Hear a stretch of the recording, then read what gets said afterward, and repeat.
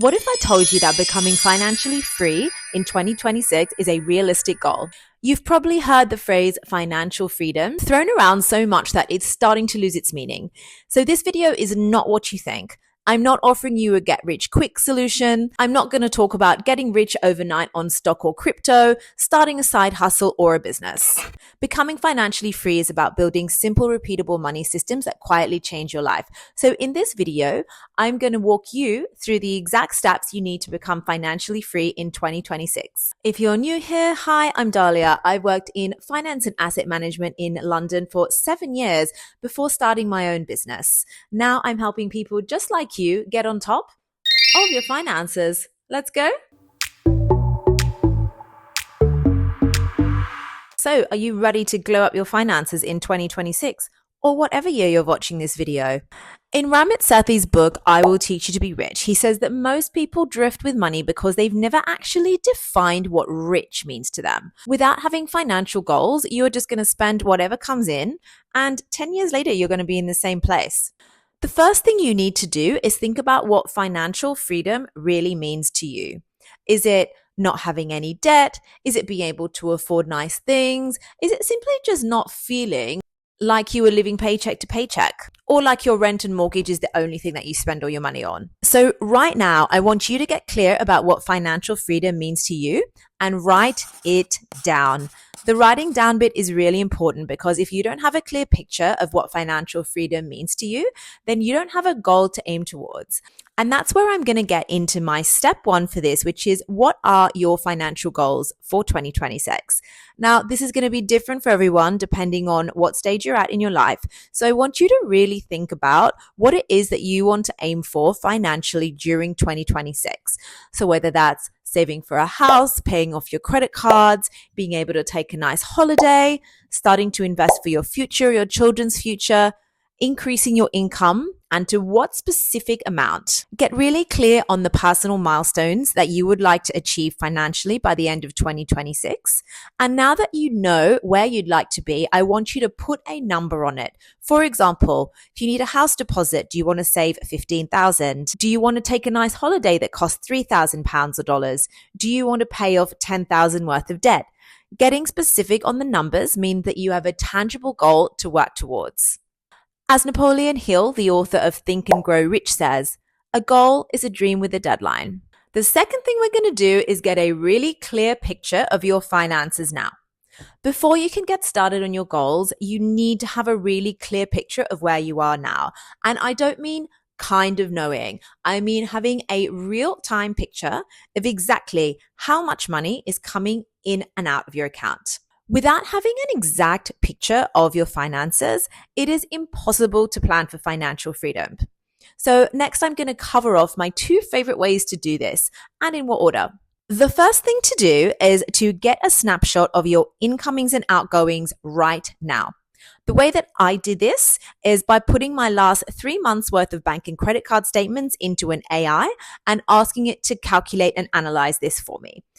If you don't want to take that approach and you're nervous about using AI, you can also do this manually by downloading your bank statements and going through and categorizing your expenses. When I did this, when I did a financial audit of myself, I was able to really clearly see exactly how much I was spending, exactly how much I was earning, and then look at expenses that I hadn't even realized that I was making, such as how much I spent a month on online shopping. Let's change the subject. Now that you know exactly what your monthly income and expenses are, and you have these exact figures, you're going to want to monitor these on an ongoing basis.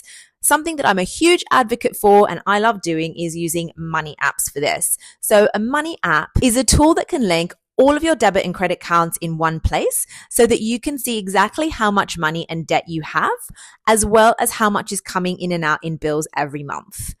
I use an app in the UK called Plum, which I'm going to link in the description box below.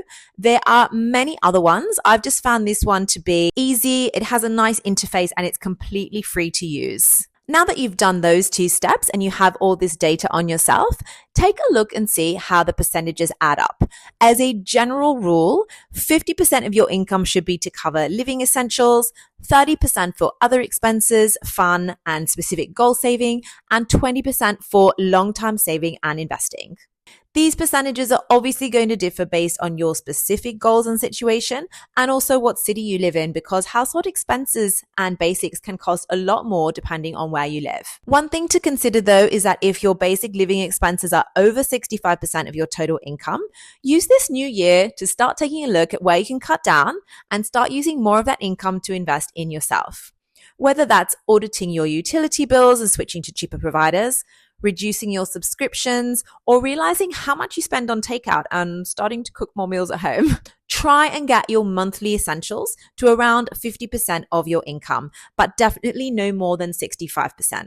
Step 3, now that you have a complete picture of your goals and your finances, you are going to make a complete debt repayment plan. One of the keys to financial freedom is not feeling burdened with debt. And while some debts like a mortgage are long-term and you're not going to pay them down straight away, they're just a basic living expense, other debts like credit card debt or payday loans are not. Credit cards have such high interest rates, often in the vicinity of 25%. So there is literally no point saving in an account that pays you 3 or 4% in interest, when on the other hand, you're paying a bank 25% on outstanding credit card debts. I have a very detailed video on how to create a debt repayment strategy for yourself. I'm going to link it in the description box below. This is going to give you a step-by-step guide and method on the best way to approach debt repayment and how to stop yourself from getting into more bad debt in future. So I really recommend watching this if you're serious about becoming financially free in 2026. Step 4. Now that you have your goals and your clear picture of your finances, let's get into what we're actually going to do to become financially free in 2026. If you truly want financial freedom, you have to stop saving what's left over and start saving fast. You've probably heard it everywhere, pay yourself first. This is a psychological hurdle for a lot of people because you think that by putting aside 10% of your paychecks that you won't have enough money left for everything else. But in my and many other people's experiences, by automating your savings to come straight out of your bank account on payday, you will adjust your spending for the rest of the month to what you have left in your account. Think of it as paying future you before anyone else gets paid. The best way I've found to do this is to open a separate savings account, ideally one with instant access, but that's out of sight of your regular spending, and automate that 10% savings to come out of your account every single time you have a payday. Saving isn't about the amount, it's about building the habit of control and consistency.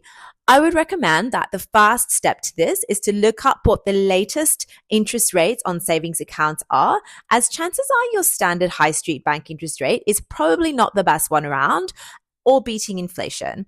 So this is super easy to do on money comparison sites like Money Supermarket or Compare the Market. So here is how we are going to supercharge that savings account. If you're in the UK, I recommend first putting your savings money into an ISA so the earnings on it are tax-free forever. These can also be found on money comparison sites, so I recommend shopping around for the best ISA interest rate. If you don't know what an ISA is or how to get started, I have a whole separate video on how to start investing using an ISA. I'm going to link that in the description box below. Basically, this is tax-free profit. So before you open a regular savings account, I would max out your ISA contribution, which in the UK is £20,000 a year. In the US, this is called a Roth IRA. After you max this allowance out, then I'd start putting more savings into a high street bank account with a good interest rate. While we're talking about saving, the first savings goal everyone should have is to have an emergency fund equivalent to 3 to 6 months of living expenses so that life's little surprises don't wipe you out. This is the key to financial freedom.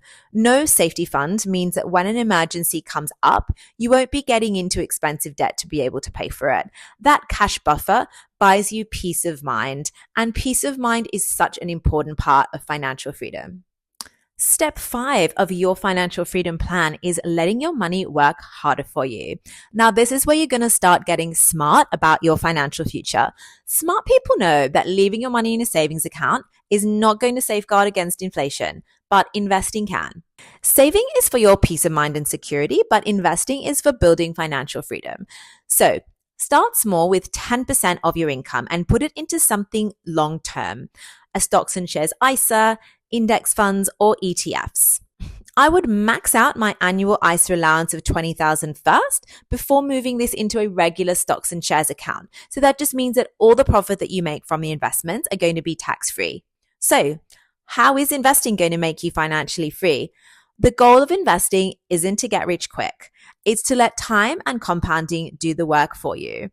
Remember that just as little as £200 a month invested over 20 years can become £100,000 at the average of 7% growth on investments. You also need to change your mindset and stop thinking that investing is just for rich people. Investing is how you become rich. I recommend also setting up an app for investing that automatically deducts money from your account every payday. You can use Plum that I've said before, or there's another really great one called Moneybooks. That way, investing becomes a habit and not just something that you do when you feel like you have enough money left over. Again, this is another way to pay yourself fast. I've got 2 handy videos on my channel about these. First one I've mentioned before about the stocks and shares ISA and how to get started investing. I break it down in a really simple way. And the second one is a more recent video, which is called What's in My Investment Portfolio. This is not financial advice as to exactly what you should invest in, but in that video, I demystify a lot of investment terms. It's very beginner friendly, and I break down what I invest in and what the different asset classes are that you can get started investing in. Step 6 in your personal financial freedom plan is to use your workplace pension. If your employer offers a workplace pension, and especially if they match your contributions, that is free money. So don't leave that on the table. So many people ignore this, and it's literally like turning down a pay rise. Even if retirement feels like it's a lifetime away, your future self is going to be so glad that you took advantage of this free money now.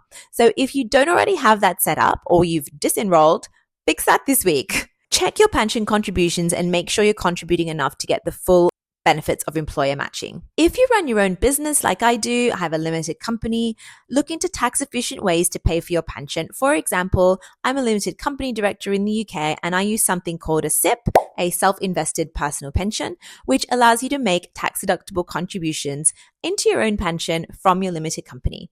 So speak to your accountant or financial advisor about how to start doing this. Next up in your financial freedom plan for 2026 is to stop buying things that drain you and know the difference between assets and liabilities. If you want to be financially free, you need to stop confusing looking rich with being rich. Every time you buy something that loses value, like a car, luxury clothes, or constant little lifestyle upgrades, you're taking money away from future you. That's not to say don't spend money on anything fun, but really take a look at what you're spending on and make sure that you're not spending on things that lose value as soon as you've bought them. Instead, focus on buying or building assets, things that generate or hold value. That could be property, index funds, small business, or even investing in yourself in a skill that increases your income. Because the goal isn't to look successful, it's to be financially secure. I go into this in a lot more detail in my video, The 10 Habits Keeping You Poor, which you can go check out on my channel. Step 9 in your financial freedom plan is to look at how you can increase your income. Look, saving money helps, but you can only save so much. However, there's no limit to how much you can earn.